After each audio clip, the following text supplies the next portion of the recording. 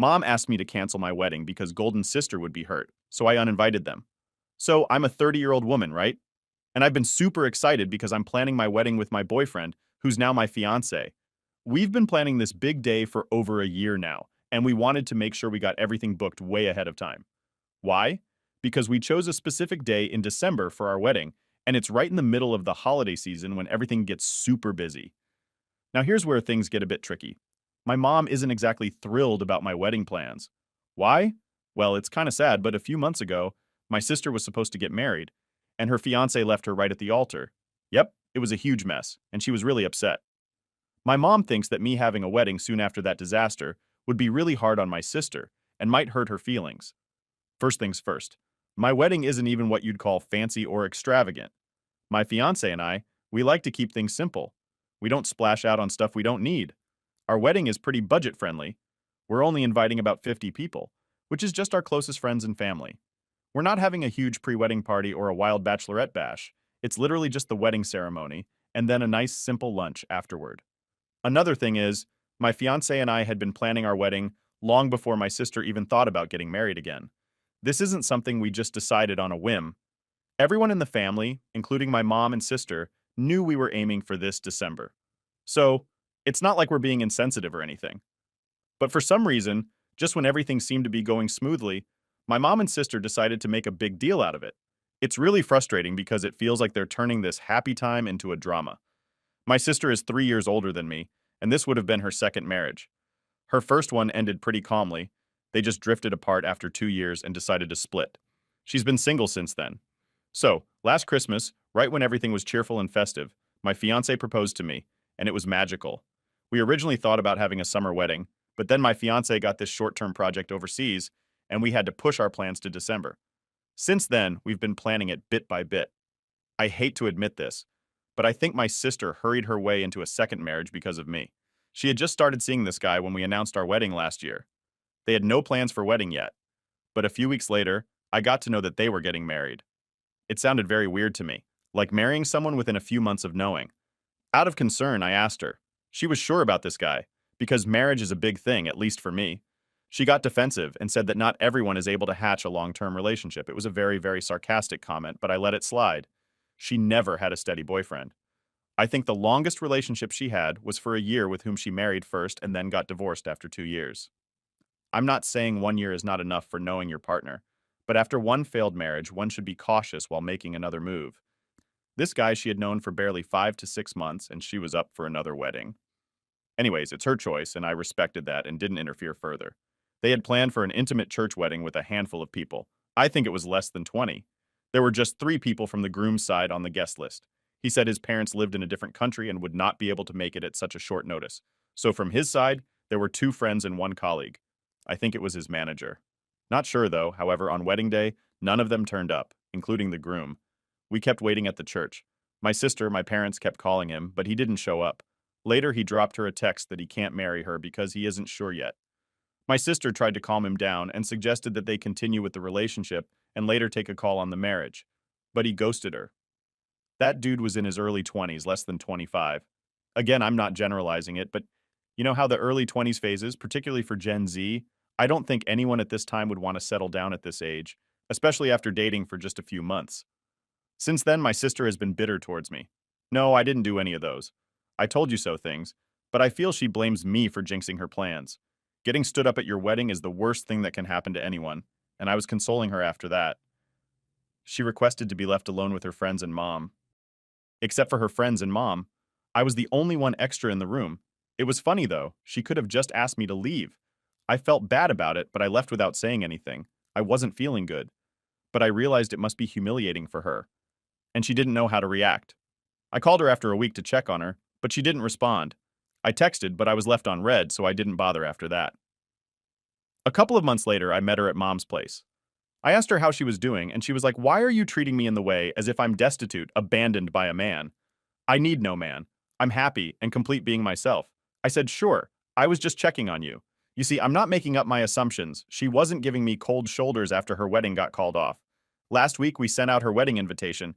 I got a call from my sister. I thought it was a congratulate me or something, but she was like, 'So we're getting married in this outdoor location?' I said, 'Yes.' She was like, 'Cool.' And then she hung up. I was perplexed until I got a call from my mom on the same evening when she asked me to tone down the wedding because it was hurting my sister. By toning down, she meant canceling the venue and getting married at a church or at the registrar's office with 36 people from both sides. I told her that we had been planning this for over a year and she knew everything about the plan. Then why she would suddenly have a problem with it? She said it was because my sister had been stood up at the altar and it would be insensitive for me to get married such lavishly within a few months. I told her we had made the payments for most of the wedding stuff venue, food, decorations, not only the minimum booking amount, but we have paid almost 60% of it. I tried to make her understand that changing the plan would incur a loss. Canceling the venue would be a major loss for us. All the booking charges for the venue, decorations, and caterers are non-refundable. Hearing me whine about the loss, she suggested that I cancel the wedding. I was lost for words. I mean, how could she ask me to cancel the wedding? She said actually that's the better way to respect my sister's feelings. She would get enough time to move on from her trauma. She suggested that we push our wedding to next summer. I reminded her that we have already postponed it for our work, and we cannot do it any further. She tried gaslighting the situation and said that if I could push it once for my fiancé, I should do it again for my sister. If I love her, that made my blood boil and said I was not going to cancel anything and the wedding would happen as planned. She hung up on me. I discussed this with my fiancé, and he's of the opinion that maybe my sister's too devastated with her fate, and it must be hard for her to accept that everything is hunky-dory for me while her life is a mess. He said he was okay if I wanted to have a low-key wedding. Discussing this with my fiancé has made it worse for me because now I feel he is more empathetic toward my sister, and I'm being the jerk for not considering her feelings. Until now, I was thinking that it was unreasonable demand by my mom to cancel the wedding or tone down the plans. But now I'm thinking if I should consider that. I don't know, guys. Have any of you encountered a similar situation? Would love to have a fresh perspective on this. Update 1. Hello all. Thanks for engaging with me in the comments. It really helped me a lot. One of the comments, probably a lot of you said, is that my mom is narcissistic and asking me to change my wedding plans because it would hurt my sister. I realize you guys are right. It was indeed very mean. I'm not doing anything that should have hurt my sister if she really loved me. There's no better way to put this. But she's feeling hurt because she's jealous of me. That's it. And that's not my problem at all. Some of you asked about my family dynamics, whether my mom has always been this indifferent to me, and whether my sister has always been narcissistic. Well, it's a no. Because growing up, I never felt that my mom was too inclined towards my sister. Obviously, every parent has a favorite child subconscious C, but she never made that evident. Yeah, I used to complain that she loved my sister more, but she was never mean or evil to me. I shared a very normal sibling bond with my sister in our early childhood, but during our teens we got distant. It was not because of any fights or so, just that we evolved as very different people. She was more homely and spent time with mom and aunts, busy in small talks while I was never interested in all this. I was busy with my studies, securing scholarships and hanging out with friends instead of family members. Also, I moved out quite early when I was 18.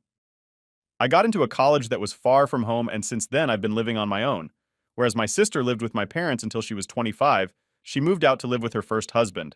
Also, her husband's house was a few miles away, so she was always at mom's place every other weekend. Dad passed away 5 years ago, and since then my sister has moved back with my mom. So, yeah, they had spent a lot more time together than me. So naturally they have a better bond than me. Nothing much has developed after my last post.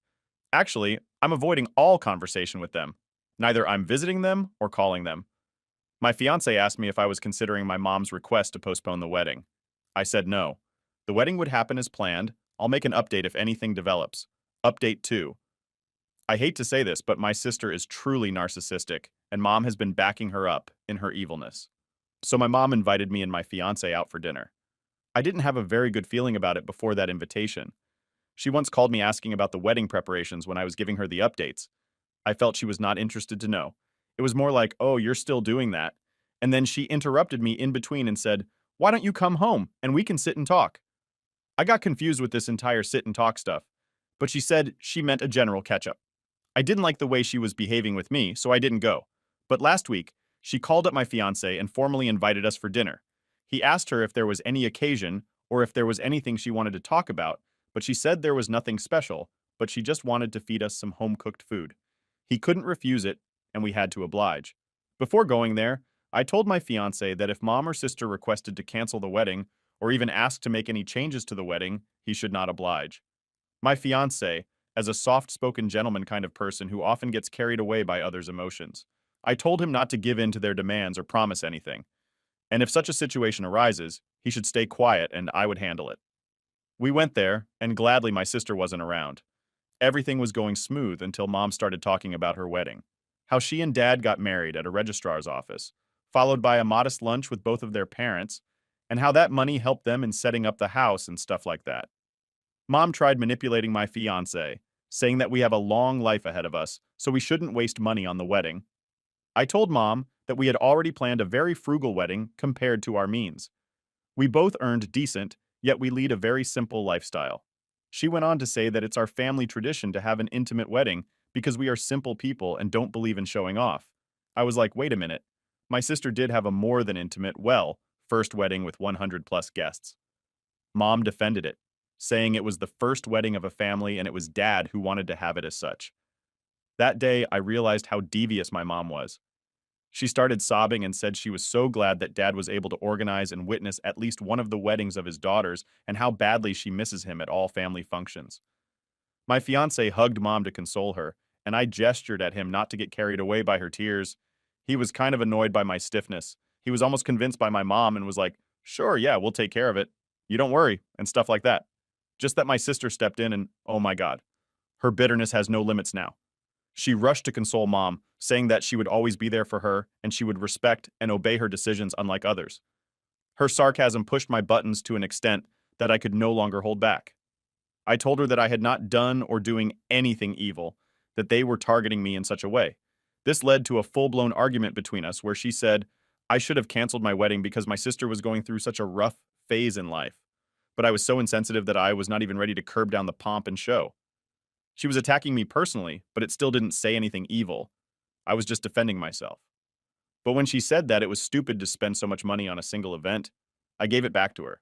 I said indeed it was just one event, yet the most precious day of my life.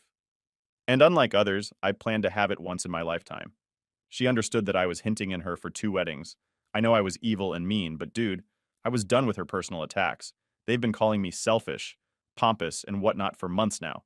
I'm just so done being a good person and a bigger person. I'm just done now. I'm happy being the devil. If they truly cared about my happiness, they wouldn't have been hurt to see my wedding. They were simply jealous of me. Not to mention my statement made the situation ugly, and my husband had to intervene and drag me out of the house while leaving. I screamed at the wedding would happen as planned, and if they had a problem, they could skip it. This was yesterday, and I'm still fuming while I write this update. I'll tell you, you can handle all the evils in the world, but the narcissism coming from the family is the hardest to deal. Update 3. Thanks everyone for backing me up, and sorry for the rambling in my last update. I was fuming with anger and didn't know how to channelize it out. But thanks to everyone who PM'd to me and engaged with me on comments that really helped me calm down. Okay, I have quite an update this time. I'm getting married next week and we are going ahead with our original plans. That's a good part. A lot has happened after my last post, but gladly I didn't lose my resolve after that severe. I would call it a fight with my sister and somewhat with my mom. I was going through a series of emotions from anger to heartbreak. I didn't speak to my fiance for a couple of days because I was not in a condition to have any rational discussion. He wanted to knock some sense into me, but I was just stuck with the thought that my sister couldn't stand to see my happiness, and Mom was siding with her, ignoring my feelings. When my anger subsided, my fiance talked me out through this. He said, let's shift the location to a church and cut down on our relatives. He believed that my sister mostly had a problem with the extended family, witnessing the wedding and discussing my sister's fate at the altar. I was convinced about cutting down on the relatives part because I was not that social with aunts and uncles, but I really wanted the venue. Meanwhile, I called up my cousin who's more of a gossip monger. To be honest here, I called her to check if my sister had told her anything about the fight. And yes, she did. My sister had been gossiping about me all throughout. She told them that I mocked and insulted her for her broken relationships. She had blown up the entire story over the top. If it was just my sister doing so, it was still understandable, but my mom had also joined her team and had been bad-mouthing me that I was insensitive and arrogant. I told my fiance about this and he stepped out of this. He was like, whatever you decide, I'm not getting into your family. Turbulence. So we're going with the original plan of a garden-themed wedding with 70 guests as decided as the wedding dates are approaching. I see my sister's narcissism taking new heights. She was then sobbing in front of my aunts about how inconsiderate I am and how I'm hurting her feelings by marrying at her face now. I failed to understand her problem. I'm not marrying her fiancé or her husband that she is creating such a fuss about it. I said that she tried to console her and asked her to be happy for me, when this tactic didn't work. She had been telling everyone to boycott my wedding so that I take a lesson in respecting the feelings of close ones. After I got to know about this, I emailed both of them, uninvited them from the wedding, with the details of how they had been bad-mouthing me and hurting my feelings. I kept some of the key family members, like my godmother, aunt, and her husband in the loop so that everyone knows my side of the story. After that email, I saw the tables turning around. I got several phone calls from my other family members, including my godmother, assuring me that I was not doing anything wrong but having a wedding of my choice. The reservation were done months ago, and everyone knew about the plans way prior. So what my mom and sister were doing was nothing but pure evil, and I have all the right to cut them off from the wedding. Yesterday, I got a long voicemail from my sister, calling me a spoiled brat and strong, headed for not respecting her feelings. She was like, it was so difficult for her to move on. She had been abandoned by her fiancé at her wedding just a few months ago, and instead of consoling her, I was eagerly planning my own wedding and scratching her wounds. She cursed me that I would meet a similar fate of hers, or even worse, when my fiancé or husband would abandon me or cheat on me with other women. Then I would understand her pain. I was holding up myself all this while being strong about my decision, but hearing all this broke my heart. I couldn't contemplate how my own sister could curse me like this just a week before my wedding. The week before the wedding is, anyways, so much emotional roller coaster ride for a woman. And getting to hear this from your elder sister is the most horrible thing. People bless their siblings and children at the wedding, but I'm getting cursed. I don't know what I did to do to deserve this hate. My mom and also replied to the email that she was disowning me and that I should never visit her ever because I didn't care about my family's feelings. This happened so far. I'll update the thread if anything happens further. Else send me good wishes for my future. Update 4. Hello again, everyone. I'm back with another update on my wedding saga, and oh, what a whirlwind these past weeks have been. I truly appreciate all your support and advice. It has been a tremendous help during these trying times. After my last update, things took an unexpected turn. With the wedding just days away, my fiancé and I were fully committed to proceeding with our plans, despite the ongoing family drama. However, life, as they say, is what happens when you're busy making other plans. 2 days ago, I received a call from my mother. I was hesitant to answer, expecting more demands or criticisms, but something in her voice caught me off guard. It was remorse, something I hadn't heard from her in a long time. She asked if we could meet, just the two of us, for coffee. Against my better judgment, I agreed, curious about what she had to say. We met at a quiet cafe, a neutral place away from the memories of home. It was there that my mother, with tears in her eyes, handed me a letter. It was from my sister. In the letter, my sister confessed to feeling overwhelmed by her own grief and admitted that her actions towards me were unfair and driven by her pain. She apologized for the turmoil she caused and expressed her wish for my happiness, even if she still felt unable to attend the wedding. My mother then spoke, apologizing for her role in everything. She admitted that her grief over my sister's failed wedding and the loss of my father years ago had clouded her judgment. She told me she loved me and that she was wrong to ask me to cancel my wedding. While she couldn't undo the past, she wanted to make amends and asked to be part of my special day. I was stunned. The sincerity in their words was palpable, and it gave me a lot to think about. I spent a long night discussing everything with my fiancé, who supported whatever decision I felt was right. After much thought, I decided to extend an olive branch. I called my sister and mother to tell them they were welcome at the wedding if they felt up to it. My sister, still raw with emotion, said she wasn't ready to attend, but she thanked me and wished me a beautiful day. My mother, on the other hand, was grateful and promised to respect our plans and support us on our big day.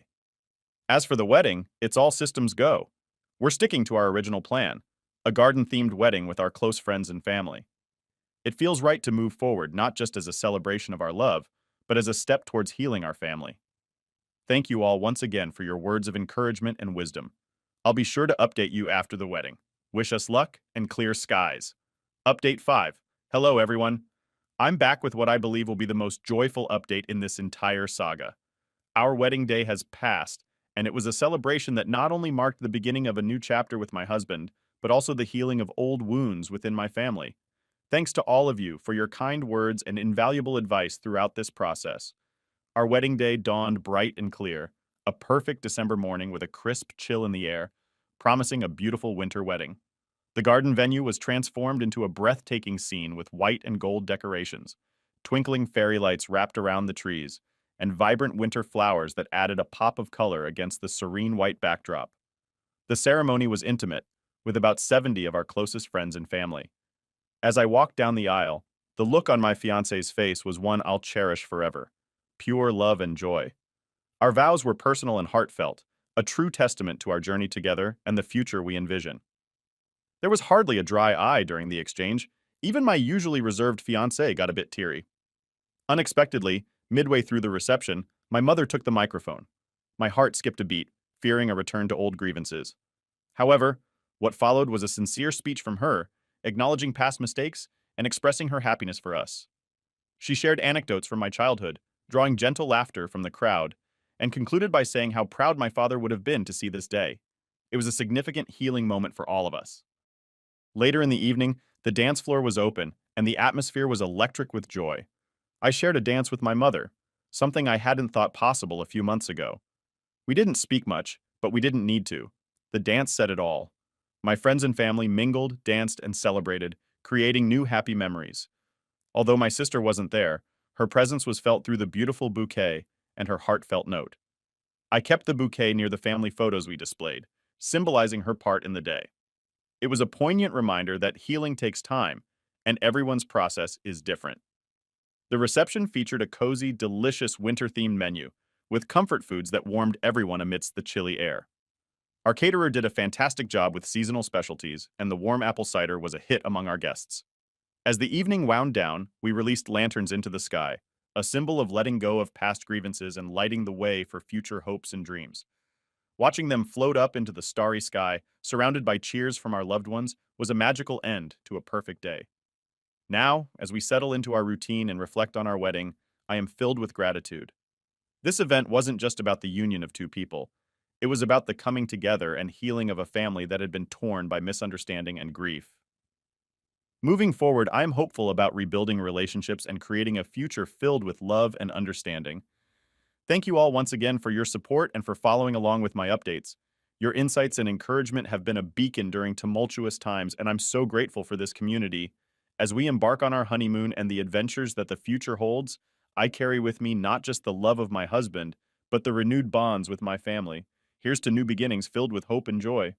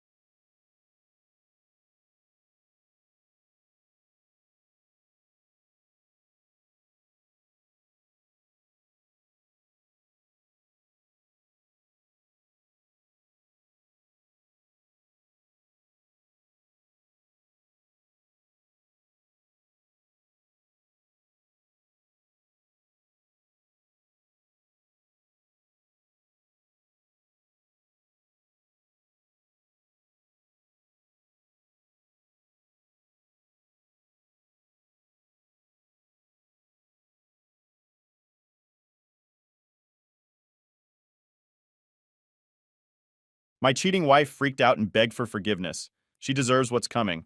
I discovered my soon-to-be ex-wife cheating.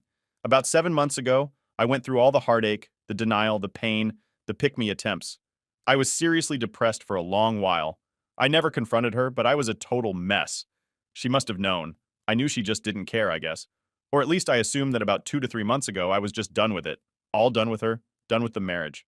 I just didn't care anymore. I completely checked out of the relationship and started preparing for divorce and my new life to come. I avoided my wife as much as possible.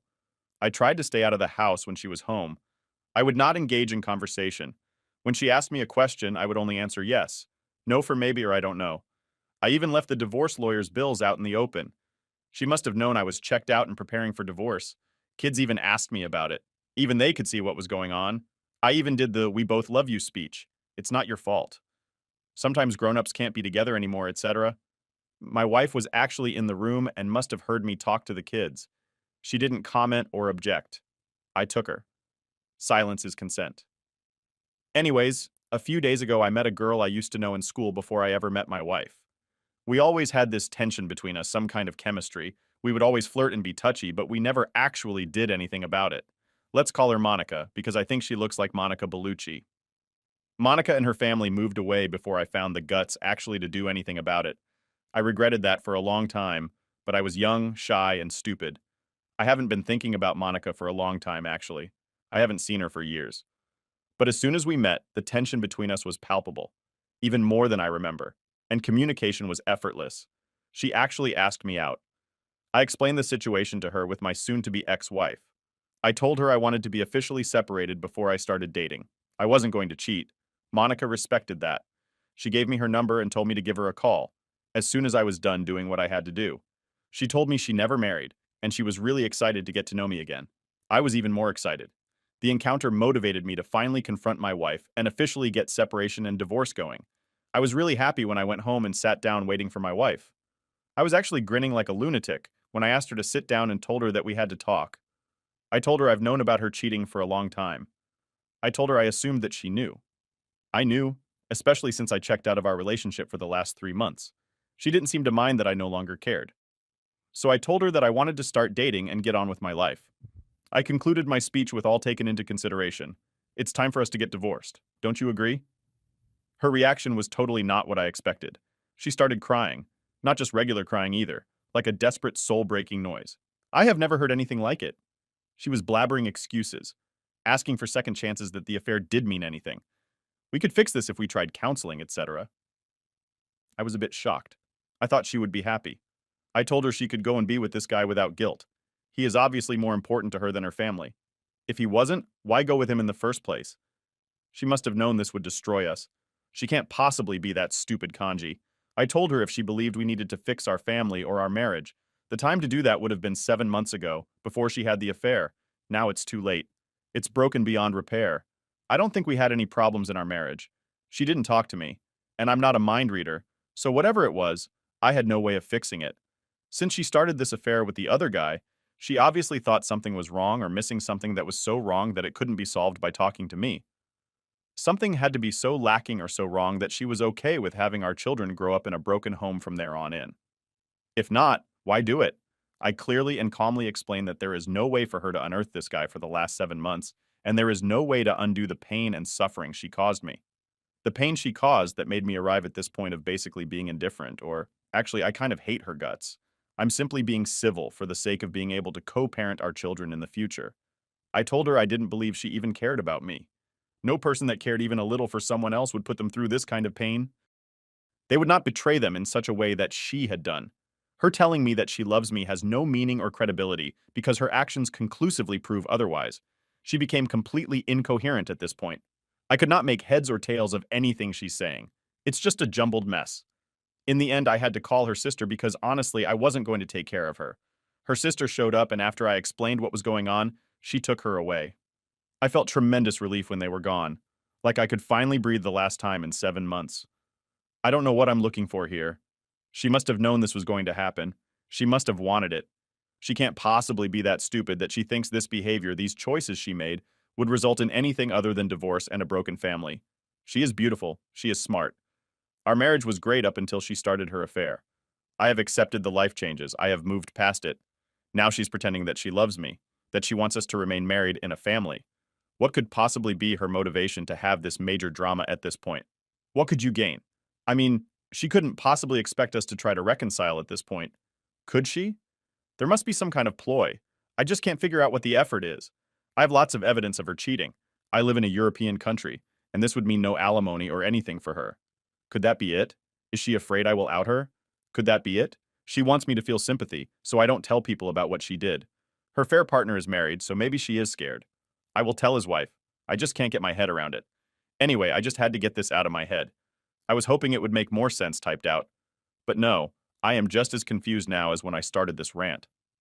The cult of Abe Lincoln thinks you absolutely should tell his wife that he is cheating on her. I believe it's a sign of respect as a kindred spirit whose soul has been crushed by infidelity.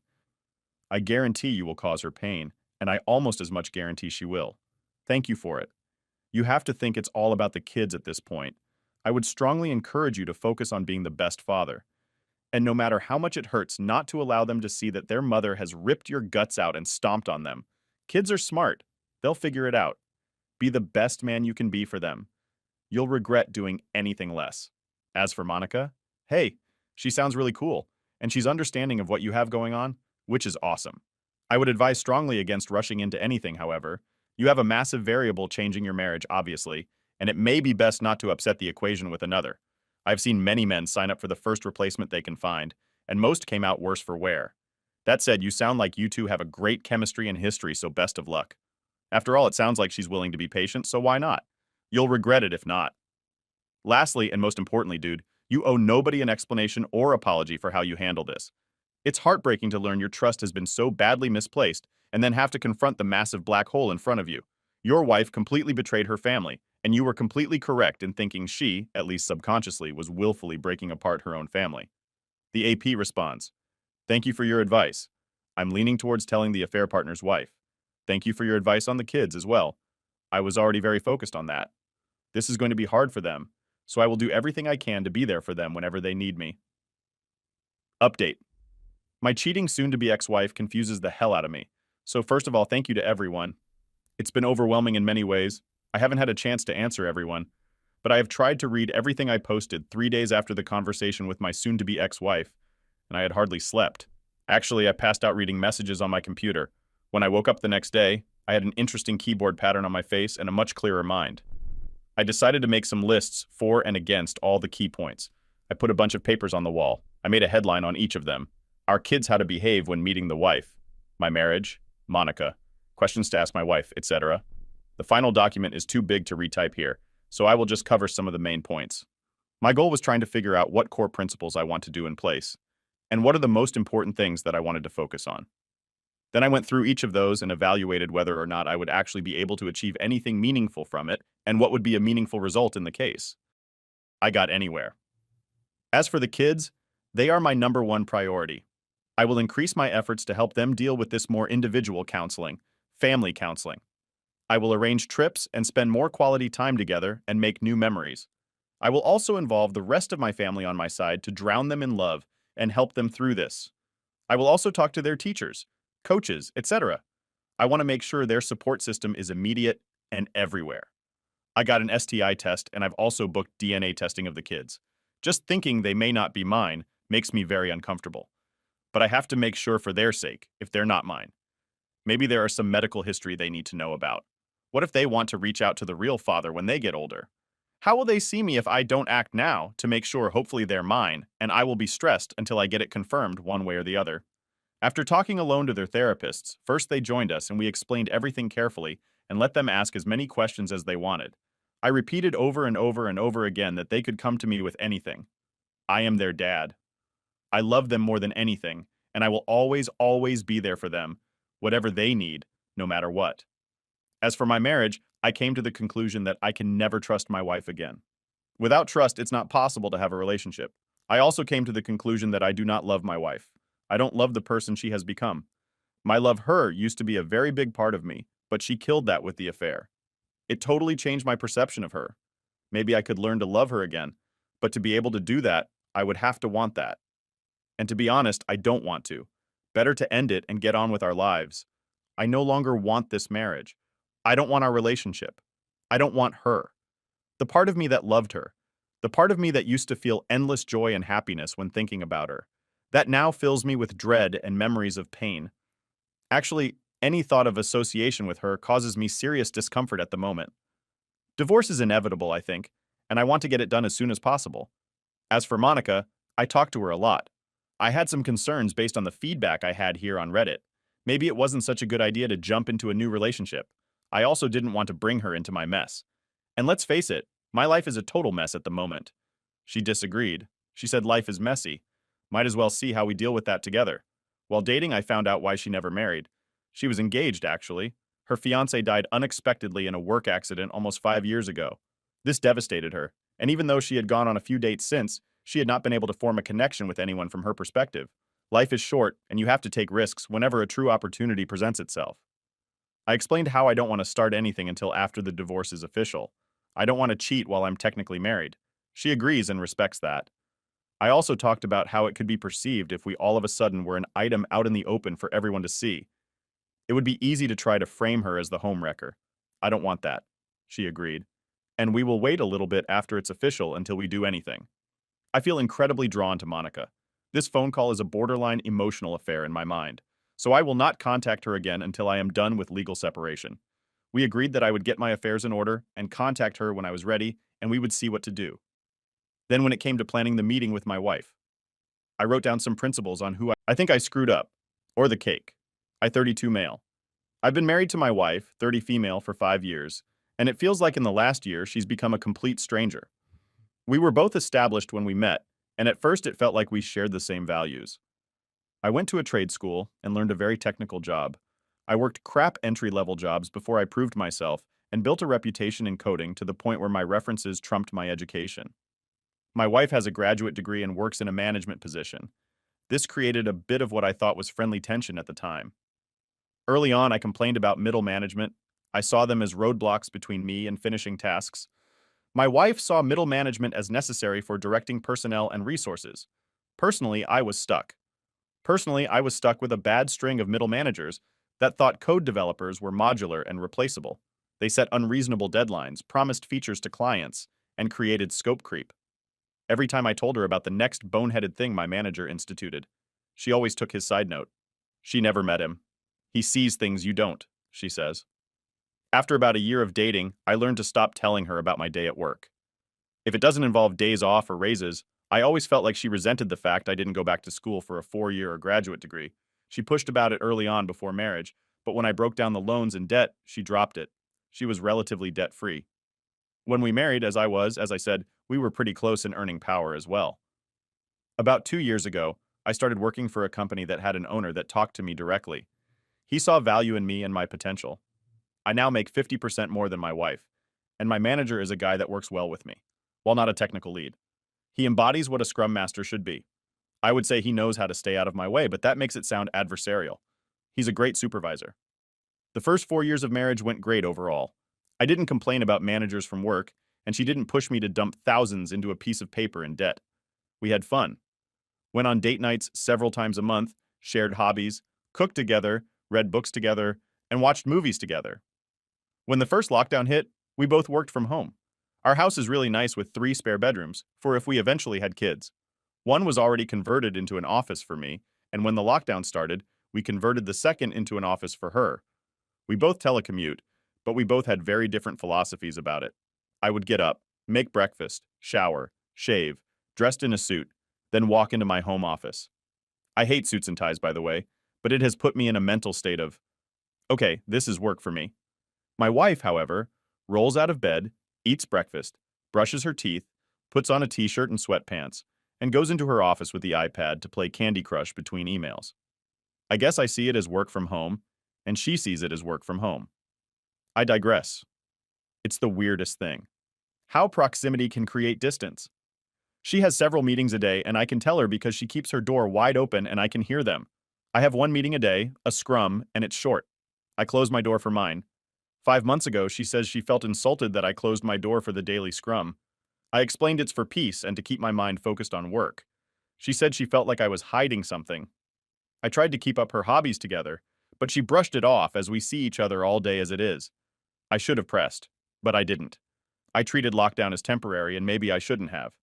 It got really bad when her company instituted a partial office reopening. She jumped at the chance to be part of the 50% of the company back in the rearranged office to allow social distancing. I don't blame her.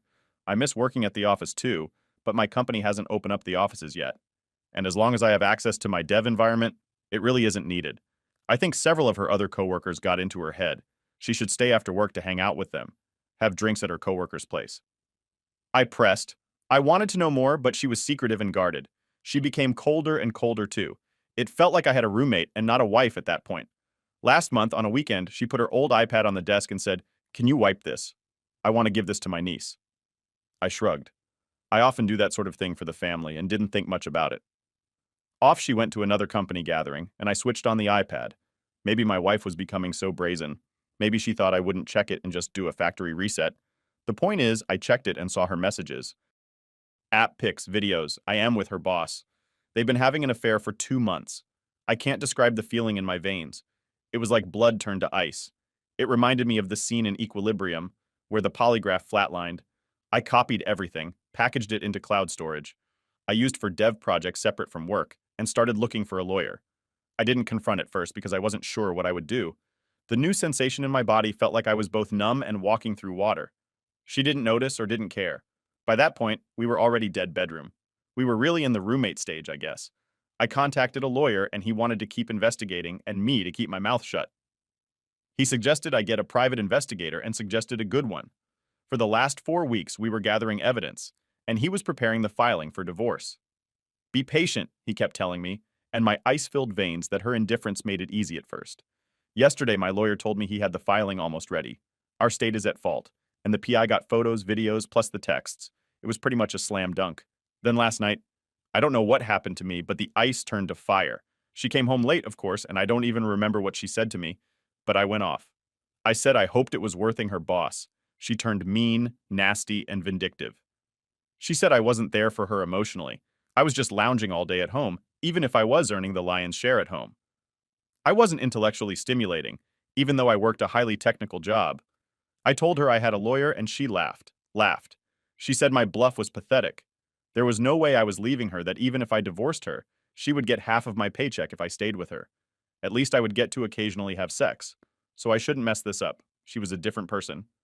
I said to her, "That's not a marriage." She laughed again. "Honey, this is the 21st century. A woman can have her cake and eat it too." She laughed again as she went to bed. I emailed my boss and said I needed a week off to handle a family issue. He, of course, granted it. I slept on the couch in my office this morning. She laughed as I was getting dressed and only said, "Don't wait up." I went to my lawyer's office and he said he had the papers ready. He had a process server with him and asked how I wanted the paper served. I told him my lawyer, bless him, laughed and said, "You better not. I've had so many people want to do a cutesy or revenge serving, and I always talk them out of it. Judges don't have a sense of humor." He told me this could cost me alimony or assets. I didn't care. Her words burned me. I wanted her burned back. The lawyer did his best to keep telling me not to, but he relented when he saw how serious I was about this. The process server. He heard my idea. He laughed as well and said, "You're my hero. I had the special order." Something with a rush cost sent the process over to pick it up and deliver that with the papers to my wife's work. The process server told me what happened when he was done. He said he had to. He said he showed up at her office with the large box and papers. He found my wife talking and laughing with a group of coworkers and friends and asked her name. She confirmed and asked what it was about. He put the box on a nearby desk and opened it. It was a cake, one that you could get a custom image printed on in frosting. I didn't even know it was a thing until this morning. The image was an image of my wife and her boss in an embrace, clothed but obvious what they were doing with the words. "Here's your cake. Eat it," piped in, icing above the image processor. Put the papers next to the cake on the table. "You've been served?" he said. What happened next was a loud screech from her. At least 8 people in the office and saw the cake. My wife freaked and swatted the large cake box off the table where it fell on the carpet, but with the image still visible. Several of her coworkers started berating her, and she started crying and screaming. The process server took a hasty retreat. My phone blew up, and I just kept sending her to voicemail. I don't bother reading her texts. She hasn't come home, but her mother texted me saying she is going to stay over there for now. The euphoric rush of the cake felt great, but as the hours pass, I'm considering my lawyer's words now that I F this up. Let's check in on the update. I am overwhelmed with all the support I've gotten in the past week. I'm still off from work, but my boss decided to give me 2 weeks instead of the one I requested. Good man, he is. I've already split our savings in half, put my half in an account in my name, and changed autopay for the mortgage, credit freezes, etc. Everything my lawyer advised me to do with the household funds. First off, we have no kids. Second, I'm seeing a therapist to help me. I found one that is well-versed in helping with infidelity. Seen him twice, and I'm feeling a lot more balanced now. Still some weird low points, but nowhere near the same amount of swing between the two. After the cake stunt, I'm definitely taking my lawyer's advice on anything from this point forward. He said, "You can be happy or you can be right." In regards to taking his advice, and I get that now he told me that if my wife wants to return home that I'm not legally allowed to kick her out, but I should record all interactions with her. She's not staying at home again, still at her mom's, but she did want to come by Saturday to talk. My lawyer told me I could, but said he would prefer if he wants to talk to have it done at his office with her own lawyer present as well as himself. I presented this to her in email, of course, and she responded that she didn't have a lawyer. My lawyer said, barring showing up at his office, have witnesses, and record the meeting. I let my wife know this was my condition to talking with her. She actually accepted. So I had two mutual friends come in, all three of us with our phones on the table ready to record. She came in and tried to give me an awkward hug, but I just held my hand up, and the phone started to record as the four of us sat down at the kitchen table. She was actually apologetic. She said she felt like she was watching a movie versus being in charge of her life, but it felt thrilling and with a rush. She asked if I wanted to know why. I said I really didn't care at this point. She felt that she owed that much to me and told me. She said that when she started going back to the office, when it reopened, she got really close to three female coworkers, each a few years older than her, and two of them divorced. She said they wormed their way into her head, told her about how she's owed more than she's getting. They asked her constantly about her home life. The ringleader apparently was psychoanalyzing me for my wife's stories. My wife told them about my issues with managers back in my early career, and the ringleader took this to mean I'm threatened by educated people. The ringleader told her that I was a submissive male and she needed to take charge man in her life, that if I found out, I might have shouted and threatened her. Get in line. My wife still has her job for now, but only just. The people that saw the cake was my wife. The three wishes her a fair partner or boss, and according to her two other coworkers that were lateral to her, the boss, immediately end of the affair, told her to only communicate with him in email, and that if she ever tried to show up in his office alone, he would call on a coworker immediately. The three witches turned on her immediately and publicly berated her for doing such an awful thing. The other coworkers, according to her, didn't want to get involved with her soap opera, so no reports to HR. She said her three friends doing a 180 on her immediately sort of shook her out of her fog. She seemed really ashamed and said she had to ask for 5 grand. I was confused because there was money left in her account. I made it a point that she had it. She was living with her mom. She didn't have any major expenses. It turns out the ringleader and the two other witches wanted to be paid for their silence. They're blackmailing her and giving her a deadline, lest we'll know all the sordid details. She was pleading for help. I told her that there is no going back to normal after this. Everything will change that. If she bends now, it will be more money later. Best for her to report herself, her boss, and her coworkers. It would work better than having sleepless nights waiting for the knife to fall. She seemed to hem and haw on that, but she did finally ask the big question. What about us? Where does that leave us? I told her there was no us. That's done. And she best get herself that lawyer to go over the divorce. The best I can do is tell her how to handle her work situation, but she most likely needs to find another career after this. I also said she needs to go to therapy herself because someone who would go to laughing in my face too, pleading for a help a week later, needs help sorting themselves out. She pointed out the cake, and all I said to that was, yeah, I'm seeing someone for that. She left soon after that. No word on if she will follow my advice or try to pay her coworkers blackmail. Why is it always the coworkers?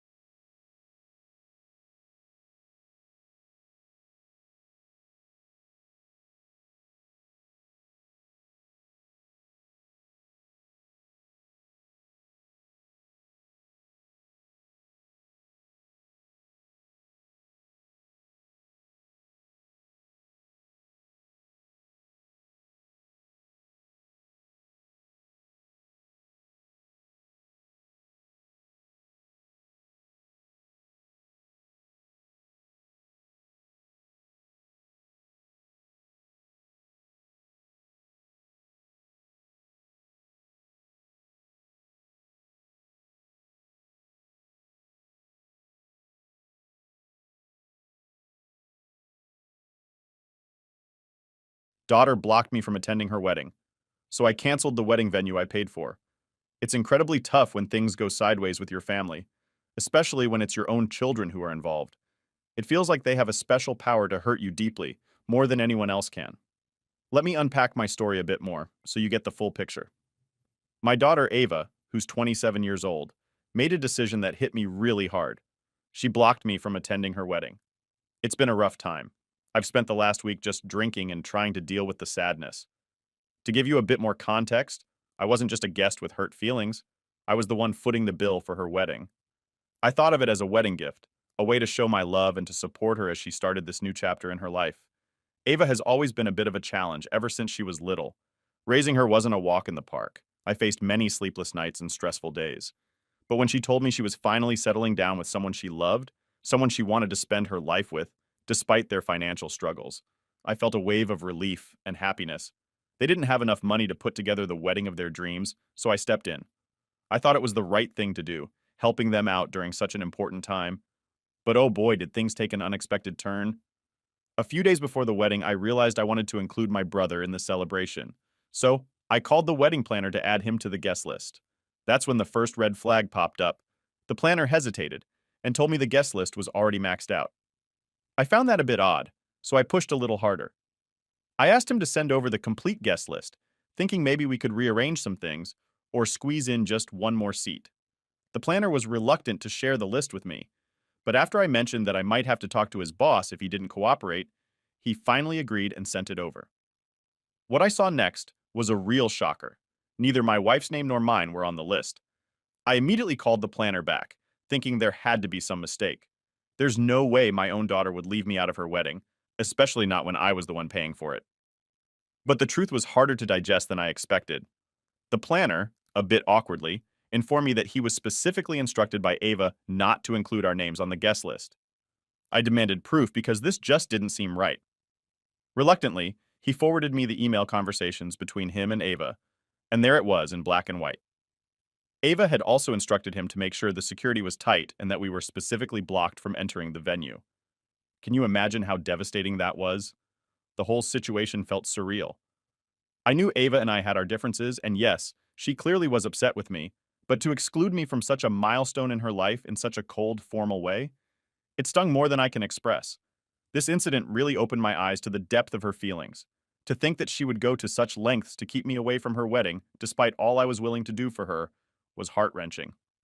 It's a tough pill to swallow, realizing your own child can feel so strongly against you that they would cut you out of one of the most important days of their lives. Continuing from where I left off, the entire situation was escalating, and I was at my wit's end. After discovering that I was deliberately excluded from the guest list, I was seething with anger. Ava's phone was consistently going to voicemail as it was her bachelorette party. I left a message urging her to call me back, but the call never came. Neither that day nor the next. The silence was unbearable. By the third day, with the wedding looming just around the corner, I couldn't handle the uncertainty and the hurt anymore. I decided to confront her directly and drove to her apartment, where she was living with her fiancé. I was informed by the wedding planner that Ava was already aware of my discovery about the guest list, which explained her silence. When I arrived, she agreed to meet with me, albeit briefly, amidst her busy wedding preparations. The tension was palpable. I confronted her, demanding to know why she had blocked me from her wedding. Her response was dismissive, almost cold. "Well, good for you," she said. "It saved you time and energy to travel to the venue. I'll send the photographs of the wedding if I get the time." Her words felt like a slap in the face, the casual dismissal of my feelings and efforts. At that moment, I lost all composure. I was beyond furious, but beneath that anger was a deep, profound hurt. I broke down, tears replacing the shouts, and asked her, heartbroken, "What did I do wrong to deserve this?" Her reply cut even deeper. She accused me of always siding against her, of flaunting my new wife, her stepmom, in her face, of not defending her when she felt she needed it most. She spoke of instances where I didn't stand by her when she behaved badly towards others, including bullying my niece. It was true that there were times when I couldn't defend her actions. How could I, when she was clearly in the wrong, like the time she bullied or when she was caught with pills and illegal substances in school? But through all her troubles, I had tried to protect her. When she was struggling with substance abuse, I was there, trying to help her find her way back. Yet none of that seemed to matter now. Her perspective was set. She felt wronged by me in ways that apparently were unforgivable. Standing there, in her doorway, I realized how wide the chasm between us had grown. The pain of this revelation, of seeing how much she resented me, mixed with the shock of being excluded from her wedding, it was overwhelming. This wasn't just about a guest list. It was about years of accumulated grievances, misunderstandings, and hurt feelings. It was about a relationship that had fractured perhaps beyond repair, and all I could do was stand there, feeling the weight of everything that had gone unsaid for too long. The whole situation escalated quickly from bad to worse. After Ava told me to leave her apartment, accusing me of bringing negativity into her new life, I reminded her that I was the one paying for her wedding. I was so upset that I told her I wouldn't be paying for it any longer. In my mind, I was trying to make her see the gravity of her actions, but it backfired. She shot back, telling me I wasn't doing her any favors. She said I owed her this much. That statement really threw me off. I couldn't believe what I was hearing. After all I had done for her, she still felt I owed her more. The conversation turned very heated, and I finally snapped, saying I didn't owe her anything. I was trying to help her, and this was indeed a favor, a big one, but she couldn't see that. Her sense of entitlement shocked me. She asked me to leave her place, dismissing my feelings as just emotional drama. I went home distraught and overwhelmed by everything that had happened. Breaking down in tears, I shared everything with my wife, Mercy. Mercy has always been a gentle and forgiving person, but seeing me so upset, she became furious, a side of her I hadn't seen before. She suggested that we needed to take a stand, that we couldn't let Ava continue to hurt us like this, especially with such ingratitude. Mercy's words struck a chord with me. Ava had been financially dependent on me until just a year ago, when she finally landed a decent job that allowed her to pay her own bills. Remembering this, and fueled by the raw emotions of our confrontation, I made a drastic decision. I decided to cancel all the arrangements I had made for her wedding. I knew I would lose most of the money I had already paid as deposits for the venue and other services, but at that moment, I didn't care about the financial loss. My focus shifted to making a point, to showing her the consequences of her actions. I canceled the venue to ensure that her wedding plans would be disrupted. I thought about canceling the wedding planner too, but I held back, realizing that it would give her a chance to find out and perhaps make other arrangements. In a way, I wanted her wedding day to reflect the disruption she had brought into our lives. She would keep the wedding dress. I wasn't going to take that away from her. But in my hurt and anger, I felt justified in taking these steps. I saw it as a last resort to teach her a lesson about gratitude and respect. I was feeling guilty while doing all this, but when I looked back, I realized I had already done enough for her. If she didn't feel guilty cutting me off from her wedding, why should I? On the day of the wedding, when the wedding planner went to the venue with decorations and caterers, they were denied entry. It led to chaos when the security had to show the cancellation email. The wedding planner called me for the remaining payment as they had invested in the arrangement. I said it was no longer my business. The booking was not done by me, though. I was paying for it. So they need to catch a hold of Ava. They said Ava had a scuffle with the venue guards when they blocked her entry. She was rescued by her fiancé, who arrived just in the right time, moments before she was being arrested for trespassing. She tried to call me, but I had blocked her number. She showed up at my house, but I had removed her access from the main gate. Not that I was afraid of her or I was hiding from her, but I wanted to keep myself at peace. She came to hurt me and would have hurt me harshly with her words, so there was no point in having any conversation. She did the same thing to me when I went to her house for a confrontation. It was high time that she paid for her mistakes. She was no longer a kid who could be forgiven over and over. Ava did not want relatives at her wedding. She wanted to do it just with her friends. I respected her choice. Good for me, that I didn't have to answer my family and relatives about the wedding cancellation. She had to deal with that with her friends. It was just that my parents were not happy. What I did, they said. We cannot be ruthless to our children, no matter how cruel they are to us. I told them that she had brought this upon herself after being mean and narcissistic for her entire life. The thing is, no matter how much I've ever told myself, the guilt is still there. I put on a brave face and justify my actions, but deep down I do feel bad that it stopped my daughter's wedding. I don't know why I'm writing this, but pinning everything down, I'm burdened. My heart. Now for the updates. Update 1. Thanks for all the moral support. I didn't expect that people would laud me for my actions. I thought that I would be called an asshole for being so vindictive towards my own daughter. Some of you asked about the background of Ava's hatred towards us. Sorry I missed that point. I didn't know how this format works, but here are the details. My wife, Mercy, 45 female, is my second wife. Eva is my daughter from my first marriage. Her mother and I were separated when Ava was 7. She found solace in her friend and left him for me. They were shifting to Europe and didn't want Ava, so I got custody of her. I got married to Mercy when Ava was 13, and since then, Mercy and I have been facing the wrath of Ava. She hates Mercy's guts. It was pretty understandable when she was a teenager. It was hard to see someone else replacing her mom. Mercy, as a teacher and a trained children's counselor, assured me that Ava would be fine once she hit adulthood. She would see me as an individual who needs a partner, and not only her dad. I married 5 years after the divorce. I thought when she grew up she would understand that I parent had her alone for 5 years after her mother left her. She and her new husband didn't even want Ava, but Ava was far from being grateful. She was hateful towards me and Mercy. The situation got worse every day. I had sent Ava to live with my sister. She had a daughter that was Ava's age, so I thought that she would get company there. Things were smooth for a few months, but not sooner than a year. My sister gave up on Ava. She said Ava had been fighting with her daughter like cats and dogs. It was their final year at school, and my sister didn't want her daughter's grades to fall because of these silly fights. So I had to bring Ava back. She somehow stayed with us until school. During her vacation, she went to sea with my parents. She refused to come back home and said that she would attend high school from there. My parents' house was a little far from her school to cycle, so I had to get a carpooling service for her. That was okay for me until she was happy and at peace. When her high school results came out, she had tanked miserably. Then I got to know that she got into the wrong company of students. She take pills and even had a bully boyfriend. That's why she wanted to live with my parents. She used to sneak out in the evening after my parents went to bed. She loitered around the city until post-midnight. She had to repeat her final year of high school. Getting her through college was another nightmare for me. Thank goodness I had some contacts that helped her get a seat at a decent college with her poor grades and miserable attitude. She wouldn't have secured any college.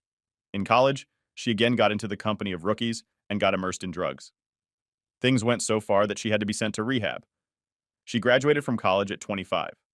The next year, she relapsed, and I had to admit her again for a few months. It wouldn't be rude if I called her a pain in the butt because she indeed is. She has always troubled me, embarrassed me, and made my life miserable. Thank goodness I found such an understanding wife and mercy. Had she been any other woman, she would have manipulated me to abandon Ava. But she was the one who always pacified me to be patient with Ava. I cannot thank you enough for all the support that she had led and all the sacrifices that she had made for me and Ava. So Ava's problem are two things: I remarried. And second, I married Mercy. You see, Mercy is not a Native American. Her family originally belonged to the Middle East. They were immigrants living in the USA. She grew up at an NGO because her parents couldn't raise their 5 daughters. They somehow were able to flee the war-stricken zone, but they had nothing when they arrived in the USA. And that's the thing that attracted me to Mercy. Despite her traumatic childhood with limited resources, she beat all the odds. Got a master's degree, got a high-paying teaching job, and built a life for herself.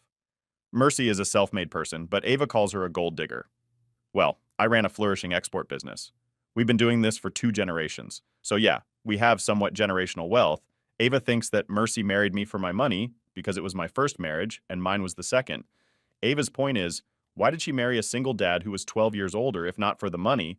I'm 57 and Mercy is 45. I don't know who had fed Ava's brain with all these nuances, but that's her argument for calling Mercy the gold digger. You guys also commented a famous mother was involved in all this, so the thing is, she had never contacted me or ever since her divorce. The last thing that I heard was that she was in Germany. That's it. Coming to the current situation after the wedding was canceled. Ever tried to reach out to me to unleash her anger, but I had blocked her from entering the house or contacting me through any platform. My parents did not like that Ava's wedding was canceled because of me. They reached out to even offered to pay for her wedding if she wished to do it. They were disheartened when she chased them out of her house, accusing them of being cahoots with me. She said mean things to them and told them to never visit her again. She held them responsible for that high school drug thing. She thinks my parents had informed me that she was taking pills in school. It was not them. They tried their best to protect her. I got to know this from her teacher who went to the gym with me after that incident. My parents changed their sides. They said that what I had done was right. I cannot let her feel entitled to use and hurt us however she wants. I'm still no contact with her. I don't know what she is up to. My parents visited her 2 days back, which was 10 days after her supposed wedding. They haven't married yet, so I'm guessing they are planning some other dates and not going for an intimate wedding, which could have happened by now. Oh yes, I blocked her credit card, the one which I'm paying for. She was not using it much after her job, but she still has access to it. I'm sure this is going to further anger her, but I don't care now. I don't have any guilt now, after knowing that she had misbehaved with my parents. The poor souls are in their late 70s and they've always loved and protected her. Ava deserved to be abandoned.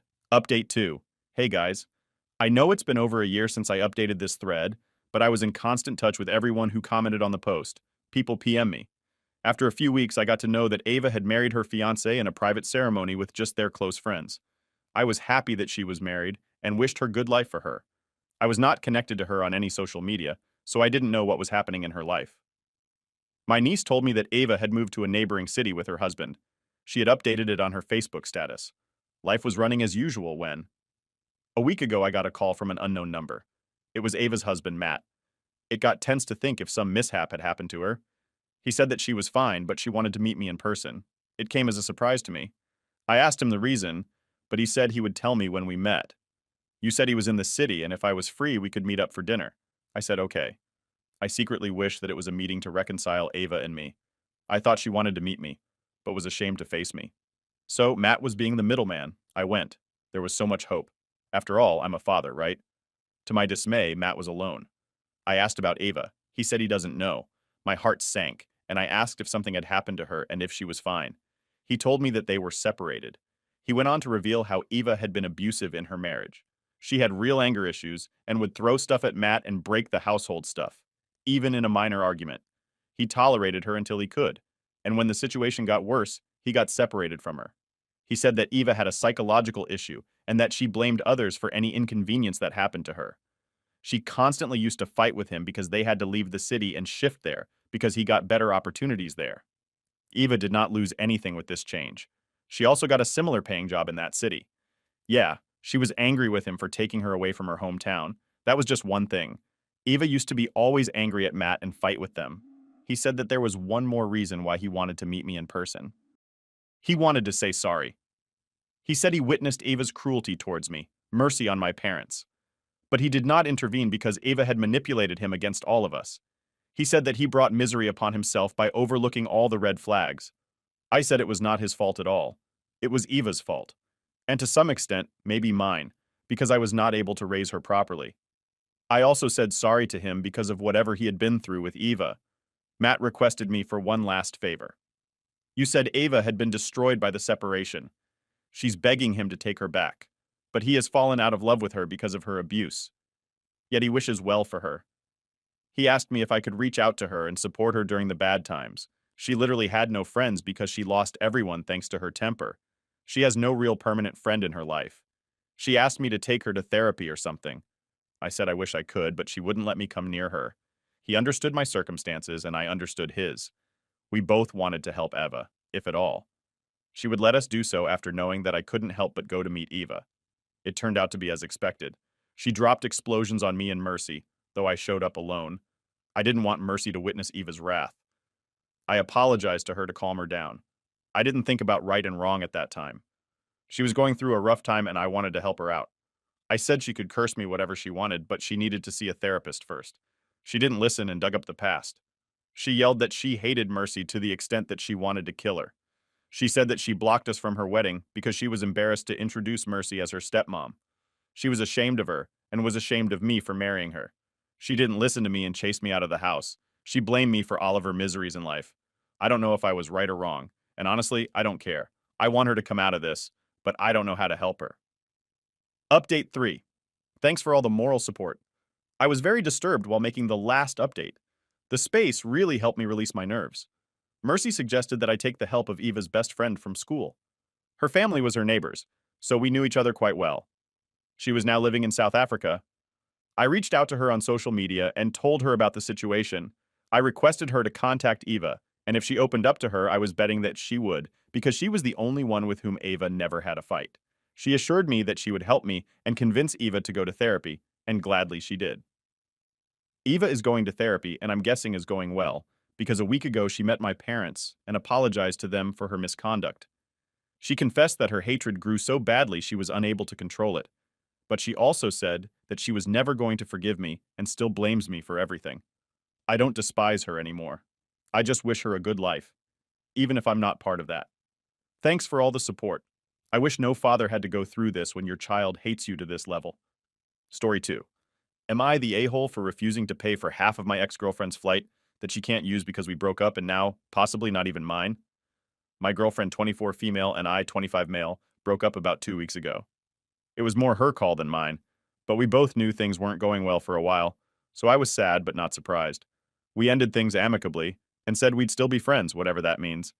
Anyway, we did the exchange of things in each other's apartment a couple of days after the breakup, and then didn't talk again until 2 days ago when she texted me. We had been planning to go on a trip to the Canary Islands this year. The plane tickets were about $800 apiece and the Airbnb was like $600. So we decided I'd just pay for the Airbnb and she'd pay for the flights. The flights were non-refundable and we'd already been past the date that I didn't get any meaningful refund from the Airbnb. So I decided to just get a friend to split the Airbnb and go anyway. I had been planning on telling my ex that I'd pay her for my ticket so she didn't lose the money, but she texted me about it first. On Friday, she offered to pay me for the Airbnb minus the cost of the plane ticket because she was still interested in going with a friend. I told her that I was actually planning on going with a friend and I was going to pay her for my ticket and still go. She said okay, but I actually needed to pay her for my ticket and half the cost of hers because she can't use it now. Basically, she says that she agreed to buy two plane tickets under the understanding that we would be both going on the trip. And I agreed to pay for the Airbnb under the same understanding. But since that's not happening, we should evenly share the loss costs. Since I'm still using the room in my ticket, the only loss cost is her $800 ticket, and we should each bear $400 from that. I told her that I didn't think that's fair at all. First of all, it was her idea to break up. So the reason we aren't going is on her. Second, there's no reason why she can't use her ticket. She should just get an Airbnb and still go with her friend. I even said I'd sit in her friend's seat and let her friend in my seat so they can sit together. Whether or not she uses her ticket is on her, and she bears any cost of that. She said that she didn't want to go at the same time as me, and also the good Airbnbs were taken for that time. Anyway, we went back and forth, and she even threatened to cancel the tickets, even though she can't get any money back. So I said, you know what? Go ahead and cancel them. Get whatever refund you can. I'll just buy my own ticket and not pay you back anything. She said, I'm not going to talk to you if you're being a dick. Let's talk about this later when you can be more mature. That's where it is right now. My friends are divided. Most say that I should at least pay her for my ticket, which I'm willing to do if she doesn't cancel it. But some say that I should pay for half of hers as well. I'm sticking firm that I won't pay for half of her ticket. Am I the a-hole? Now for the update. Update. He thinks to everyone who commented on my last post. I got so much more advice than I was expecting, and I appreciate it. A lot of you were saying the airline could do something. I told that to my ex, and she actually bought the tickets from a discount agency online, and there was no refund possibility. If you're curious, I can tell you how it all ended. I eventually told my ex that I was not going to pay her more than the $800 for my ticket under any circumstances, and that she could take it or leave it. And I just get my own ticket. She later asked if I'd be willing to let her use the Airbnb if she paid me the entire $1,600, basically letting me out of the whole trip altogether. To be honest, the Canary Islands were her idea in the first place. It's not like my number one destination. I could take the money and go somewhere that I'm more interested in. I asked my friend who was going with me if he'd be interested in something cheaper and closer. He hadn't bought his plane ticket yet because he was waiting for me to sort everything out with my ex. We looked at options and decided to accept her offer and go to Belize. I had my ex agree in writing to pay for any fees or damages incurred at the Airbnb. I really don't think there will be any. She's not the type of person to damage hotel room or anything, but I just wanted to be sure I got Venmo, the money by a male coworker of hers. They have been work friends for a while now, and I've met him a couple of times. I don't know if this is like a couples thing or what. I don't really think she cheated on me with him. I could see maybe her being interested in him possibly being a factor for our breakup, but I don't even know if they were together or going as friends. At the end of the day, I don't really care what she does. I got my money back, she gets her vacation. I'm guessing her coworker also bought his own plane tickets. So at the end of the day, he's the one eating the $100 loss. So we can have fun with that. My ex and I are technically amicable again, but I don't really plan on talking to her again. Thanks again for the advice.